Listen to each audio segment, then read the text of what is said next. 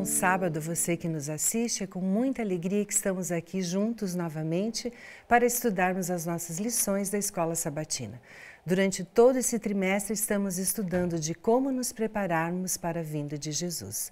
Hoje nós temos dois convidados muito queridos, a Rita, que está conosco, nossa obreira bíblica. É um prazer tê-la aqui, viu, Rita? Da mesma forma. E o Rafael, que é o nosso companheiro, que fazia tempo que não vinha, mas que bom que vocês estão aqui com a gente. Só lembrando que você pode acessar as nossas lições através do site do mais.cpb.com.br ou também por meio do Facebook, facebook.com/conexão, o número 7, Curitiba. Então, para iniciarmos essa lição tão importante para nós, nós vamos pedir a direção de Deus e eu peço que a Rita faça uma oração para a gente, por favor. Vamos orar. Grandioso Deus e Pai, louvado seja o Teu nome, Senhor, por tudo que o Senhor é. E louvado seja o Teu nome, Pai Santo, pelo privilégio que o Senhor nos concede de estarmos aqui nessa manhã para estudarmos a Tua Palavra através da lição da Escola Sabatina. Um tema difícil, Senhor, e nós te pedimos em nome de Jesus que o Espírito Santo desça sobre nós, para que o Senhor possa falar através de nós, com todos os queridos que estarão assistindo esse tema da nossa lição, para que nós possamos, Senhor, entender os Teus ensinamentos e que esses ensinamentos, Pai, nos tragam crescimento, amadurecimento espiritual, que nós possamos estar alertas aos acontecimentos, que nós possamos estar não preocupados com o que virá, mas ocupados com quem virá, que é Jesus Cristo, o nosso Salvador. E nós te pedimos essas bênçãos no nome santo e doce do Teu Filho Jesus. Amém, Senhor. Amém, Senhor. Como a Rita mencionou, esse é um tema que não é muito fácil, né? Mas quando ele é bem explicado, ele é fascinante, né? Às vezes as pessoas, eu acredito que tentar entender as profecias de Daniel e Apocalipse sozinhos deve ser muito difícil, né? Mas depois que elas são explicadas, parece tudo muito lógico, muito óbvio, né? E que riqueza de ensinamentos que Deus deixou pra gente, né? Nesses versos. E eu gostaria de começar lendo o verso principal da nossa lição, se você quiser acompanhar conosco.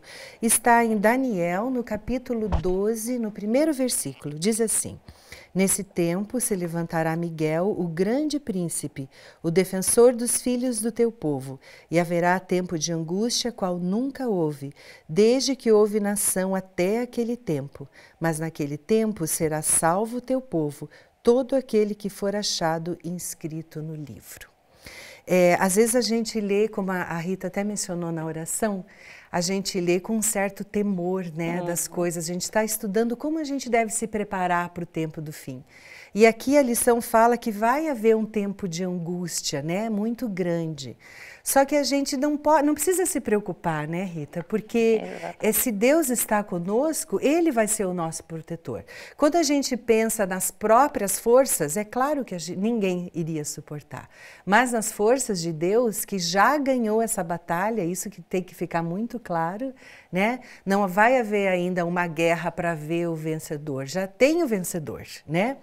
E aqui a lição ela começa falando de uma falsa trindade que já foi mencionada, né, na semana passada, e a gente vai estudar passo a passo o que é essa falsa trindade. Quem mais está nesse poder junto com Satanás, né? Então é isso que nós vamos estudar especificamente durante a lição de toda essa semana.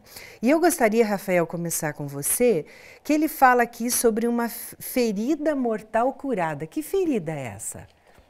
A gente precisa lembrar, né, Mônica, que a gente está em Apocalipse 13 e nos versículos de 1 a 10, o escritor, o profeta João, ele se refere a dois poderes, né? Ele fala sobre uma besta que sai do mar e uma besta que vem da terra. E essa besta que sai do mar, ela se fere em um momento histórico. Sim. Né? Porém, o profeta diz que essa ferida é curada e esse poder, porque na realidade a besta representa um poder, ele é restaurado. O interessante é a gente lembrar, já foi falado isso anteriormente em outras lições, mas quando no livro de Apocalipse a gente fala em besta, a gente está falando sobre um poder. Poder religioso ou um poder geopolítico. Né? Exato. Nesse caso do ferimento dessa besta, o profeta se refere diretamente a um poder religioso. Sim. Então ele diz que em determinado momento histórico, esse poder ele perde a sua supremacia, a sua relevância, porém, em outro momento histórico, ele volta a obter essa supremacia, essa importância religiosa e política. Então, quando o livro de Apocalipse fala sobre ferimento, sobre ferida, ele, na realidade, está falando sobre um momento histórico em que um poder religioso perde sua supremacia, mas ele volta a ficar restabelecido. Então, a cura dessa ferida, na realidade, é o restabelecimento de um poder religioso. Sim. Né? Interessante a gente Muito analisar por esse interessante. aspecto. Sim. E essa cura, ela está sendo gradativa. Ele ainda não recuperou o poder que ele tinha no passado. Sim. Né? Então, ele predominou por 1260 anos. No final dos 1260 anos, por influência e pressão da Revolução Francesa, né? Esse poder tem as suas terras e a sua influência confiscada por ordem de Napoleão Bonaparte.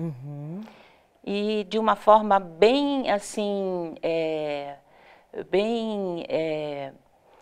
histórica, inclusive, porque a profecia a gente acompanha com a história, né? A gente vê o cumprimento da profecia na história. Isso que é bonito de ver, né, Exato. Rita? Nós vemos o início da cura dessa ferida em 1929, quando Benito Mussolini devolve as terras e faz um acordo financeiro, inclusive, para ressarcir esse poder das perdas que ele teve quando ele teve o seu poder confiscado. Então, a partir dali, ele começa a se recuperar. E tem se recuperado E até tem hoje, se né? recuperado nos últimos dias, né, Rafael? Exatamente. De uma forma, assim, inacreditável. A Rita mencionou vários eventos históricos, né? Sim. Ela falou ali sobre o período de 42 semanas, 1260 anos. Eu posso citar mais duas? Claro. Tá, eu vou citar mais duas. Aqui tem muita data, esse Tem. estudo, ele é muito, se a gente fosse aprofundar, a gente ficava só num dia da É semana. verdade. Né? Porém, aqui, a lição ela fala sobre duas datas especiais. Sei. Ela menciona o ano de 538, que é quando a Igreja Romana ela ganha esse status fantástico, um status que vai além do meio religioso. Sim. Né? Ela transcende o meio político. Ela governa, E como a né? Rita mencionou também, vai até o ano ali de 1798, quando esse poder, o poder da igreja em si, ele acaba com a prisão do Papa Pio VI, né, que é preso pelas tropas de Napoleão Bonaparte. Né? Então, na realidade, esse período é um período de poder da igreja, mas com a prisão do Papa, ele perde o status. E a Rita mencionou que nos últimos dias, em especial agora a partir do início do século XX, em especial o atual século XXI, a gente vê que apenas um poder religioso mundial tem esse poder, essa relevância que transcende o meio religioso e adentra o meio político. Vou fazer uma pergunta para vocês. Qual o único líder religioso do mundo hoje que tem poder para ir dentro do Congresso americano e proferir um discurso? Como ele fez em 2015. Exatamente, há 3 anos atrás. Qual é o único poder religioso do mundo hoje que tem poder para falar abertamente com o presidente dos Estados Unidos ou entrar na ONU e proferir um discurso? Sim. Não existe nenhum outro poder no mundo a não ser um poder, que é o poder da Igreja Romana, que a gente vai falar. Exato. E a gente é impossível falar de profecia sem falar de história. Sim. Não tem como. Exatamente. Veja, esse poder que ele recebeu em 538, de quem ele recebeu? Do dragão, através do dragão vermelho, que está lá no capítulo 12, lição da semana passada, é Roma pagã. Entendi. Né? Quando Constantino se afasta de Roma por medo das invasões bárbaras, das tribos bárbaras, ele deixa vago o trono de Roma. Então o capítulo 13 diz que essa besta, esse poder religioso, que é o 11º chifre lá na cabeça do animal terrível e espantoso, porque a gente tem que situar essa besta no mesmo cenário geográfico de Daniel 7, né, da antiga Babilônia, da antiga Medopérsia, da Grécia, e aí então vem Roma e do território do Império Romano, não só da Itália, mas do Império Romano, surge esse poder religioso, que era diferente, porque ele não estava interessado em finanças, em poder econômico, ele está interessado no céu. A Bíblia diz que esse chifre subiu até o céu. Ele está interessado no poder do céu. Eu queria que você aproveitasse e falasse qual é essa conexão que existe com os Estados Unidos, propriamente dito. Veja só, da mesma forma como esse poder religioso, porque ele é um poder eclesiástico, ele não tem poder civil, ele não tem poder político, ele não legisla, ele não pode executar essas leis, né? Então, ele sempre se ancorou num poder civil, num poder político. Sim. Tanto assim que esse poder, ele recebeu de Roma imperial. Constantino deixou vago o trono para o Papa na época. Né? E aí, 2 Tessalonicenses nos fala sobre isso, que ele se assentou no trono de Deus, querendo parecer Deus. Tomar o lugar de Deus. De Deus. Sim. Então, esse poder se estendeu até 1798, os 1260 anos de supremacia papal. E isso, viu, Mônica, não é só uma questão de interpretação nossa. Isso, Isaac Newton concordava com isso, Martim Lutero, né? Os que têm a interpretação preterista, quer dizer que colocam tudo para o passado, das profecias, concordam com essa identificação. Os futuristas, a mesma coisa. A nossa linha é historicista. A gente acompanha na história aquilo que se encaixa na profecia. E é tudo comprovado, né? Então, assim como ele recebeu poder lá atrás, e esse poder foi retirado em 1798, ele agora ele está se recuperando. Sim. Ele está convalescente. Ele vai precisar dessa estrutura de uma nação, de um poder outra vez, para poder executar e com certeza o seu poder. A nação mais poderosa, né? Que inquestionavelmente Exatamente. hoje em então, dia é os Estados Unidos. Pena que o nosso tempo é curto. Sim, é pena. É pena porque a gente vê aqui que esse poder ele vai emergir da terra, sim, né? A segunda besta. Nós temos 3 bestas nesse contexto. O dragão vermelho, o Império Romano. A besta que sobe do mar, regiões densamente povoadas. O papado. Não a pessoa em si, a figura humana. O sistema religioso. O sistema, né? Porque na Bíblia, apesar da proliferação de igrejas, a Bíblia fala de 2 igrejas só. Né? A mulher vestida de sol e a mulher prostituta, porque adulterou contra Deus.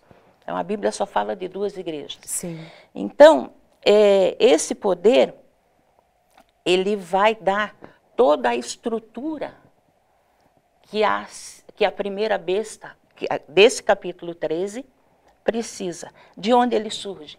Da terra, regiões poucas, se águas representam multidões. Multidões, povos, né? Línguas e nações. A terra seca representa a falta dessas multidões, o contrário. Né?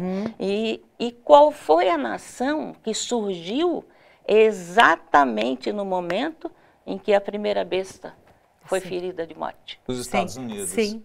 E é interessante notar dentro desse contexto histórico que você vê no início do século XVIII, aliás, meados do século XVIII, os principais acontecimentos que moldam a história terrestre da atualidade ocorreram em meados do século XVIII. E um desses eventos importantes é justamente o surgimento dos Estados Unidos. E em meados do século XVIII, os Estados Unidos ainda não eram potência.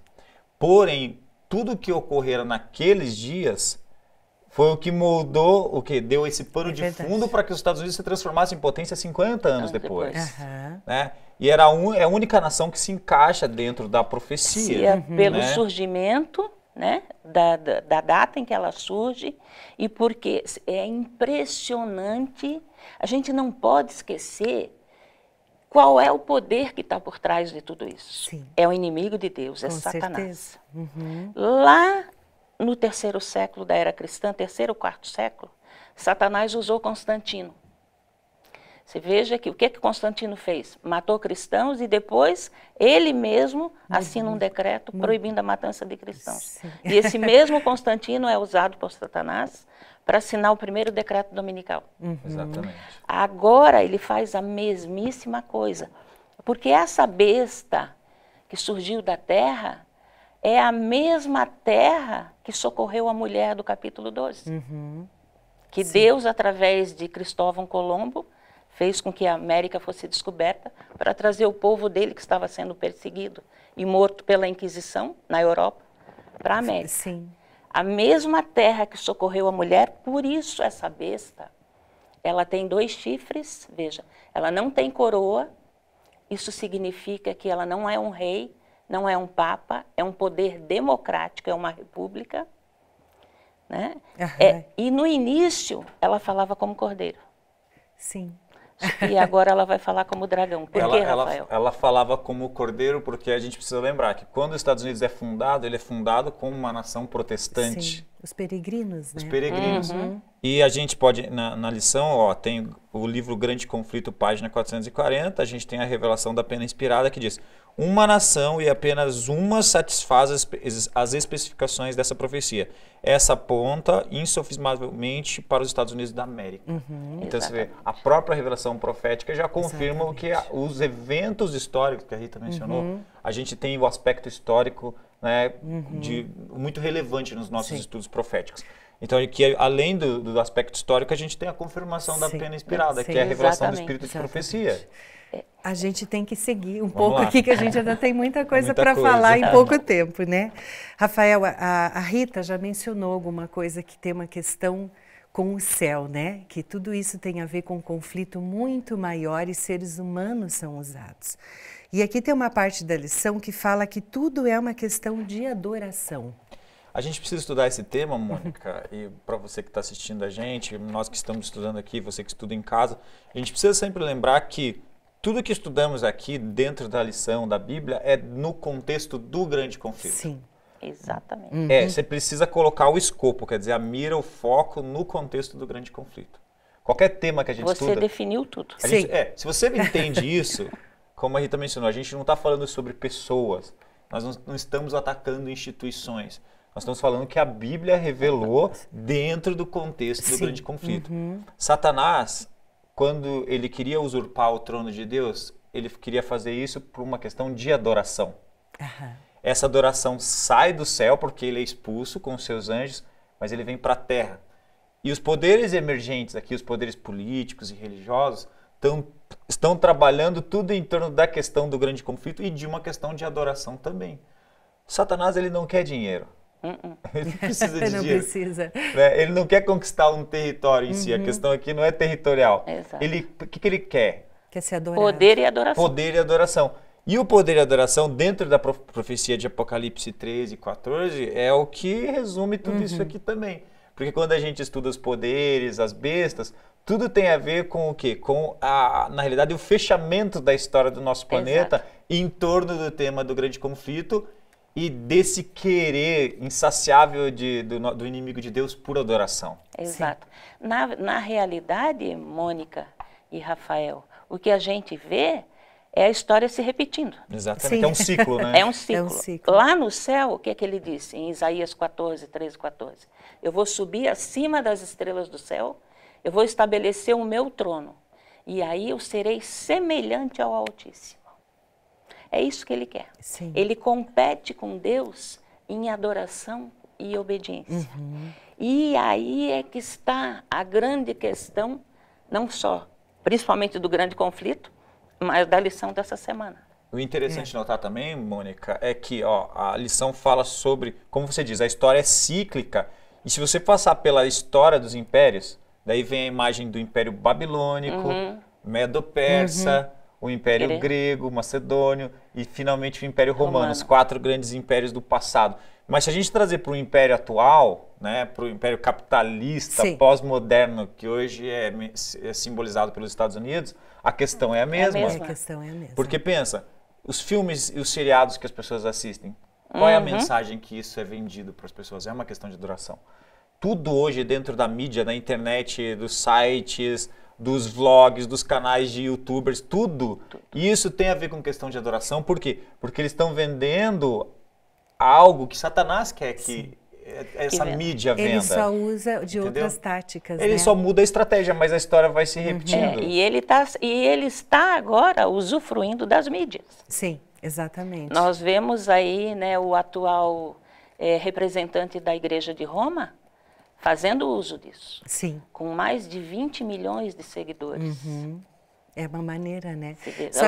Lá ele pegou 1/3 dos anjos. No passado, ele veio se escorando em Babilônia, Medo-Pérsia, Grécia e, por fim, o Império Romano. Agora ele vai se escorar em quem? Na nação mais poderosa. Sim. Na nação que dita as regras de hoje em dia, que é os Estados Unidos. Uma coisa só que eu gostaria de deixar bem clara, porque que contraste enorme entre a adoração, né? Porque Deus quer uma adoração por amor, unicamente, né? E Satanás por imposição, né? E isso é um contraste muito grande do caráter de um e de outro, né? É uma coisa absurda. Absurda. É de pasmar como ele é sutil. Ele é muito sutil. Você veja, a Bíblia diz: quem é como tu, Senhor? Quem é semelhante a ti? E ele diz no capítulo 13 o quê? Quem é semelhante à besta? Quem é maior que a besta? Ninguém. Sim. Rita, você começou a falar um pouco sobre essa analogia que Apocalipse usa entre a mulher pura e a impura. Eu queria que você explicasse um pouco melhor isso. Certo. Então, nós vemos, a lição nos fala sobre isso, né? Aqui na parte de quarta-feira, que a questão, a gente está falando aqui das 3 bestas, mas o pano de fundo também é Babilônia. O que é Babilônia? Babilônia é confusão espiritual. Falsidade. Falsidade. E essa besta, ela surge num cenário, ela é parecida com o leopardo, com o leão, parecida com o leão, tem pés de urso e boca de leão, né? Então ela veio trazendo características de tudo isso lá do passado. Ela roubou, ela copiou coisas do paganismo e introduziu no cristianismo. Nós temos citações da própria Igreja de Roma, do líder da Igreja de Roma, aconselhando a trazer tudo aquilo que tinha dado certo no paganismo para introduzir no cristianismo. Então, a gente pode ver assim, essa mulher, as 2 mulheres, uma teve um único filho, Jesus Cristo. Sim. A outra, Deus a chama de mulher prostituta, porque Deus quer ter um relacionamento tão íntimo conosco que ele compara com o casamento. Então, o povo dele, a igreja dele, ele chama de minha esposa, minha noiva. A outra é a grande prostituta, e ela é mãe. O grande problema, mais um dos grandes problemas, é que ela está se reproduzindo. Ela está se proliferando. Sim. Sob diferentes denominações, mas quem está fundamentado na Bíblia, quem tem relacionamento com Deus, identifica da seguinte forma: ela tem 2 pontos incomuns. Inclusive dizem, eu já li provavelmente você leu também números diferentes. Eu já li que dentro do cristianismo nós temos cerca de 40 mil denominações religiosas diferentes. E todas são denominadas cristãs. E todas se dizem a Igreja de Deus, e a gente respeita, devemos respeitar, porque somos todos filhos do mesmo Deus e todos temos a mesma fé. A única questão é que nós precisamos comparar a nossa fé com o que está escrito, com assim diz o Senhor. E o que se destaca nessas 40 mil ou 30 mil ou 50 mil, não importa o número, é que elas têm 2 pontos doutrinários em comum. A imortalidade da alma e a santidade do dia falso, que é o domingo. O dia falso. Que veio dos persas, do mitraísmo. Qual é a origem do domingo? Domingo era cultuado pelos persas como o dia do sol. Eles adoravam o sol. Eram nações pagãs. Né? Eles adoravam o deus Mitra. Então, a Igreja de Roma, do paganismo, trouxe o mitraísmo. Ela se apropriou. Se apropriou. Da Grécia, ela trouxe o culto às imagens. Porque os gregos tinham o costume de dar forma humana para os deuses deles. Sim. Exatamente. De Babilônia, trouxe a ostentação, a presunção, a arrogância a ponto de proferir blasfêmias contra Deus. E mentiras. Então a gente analisa o quê?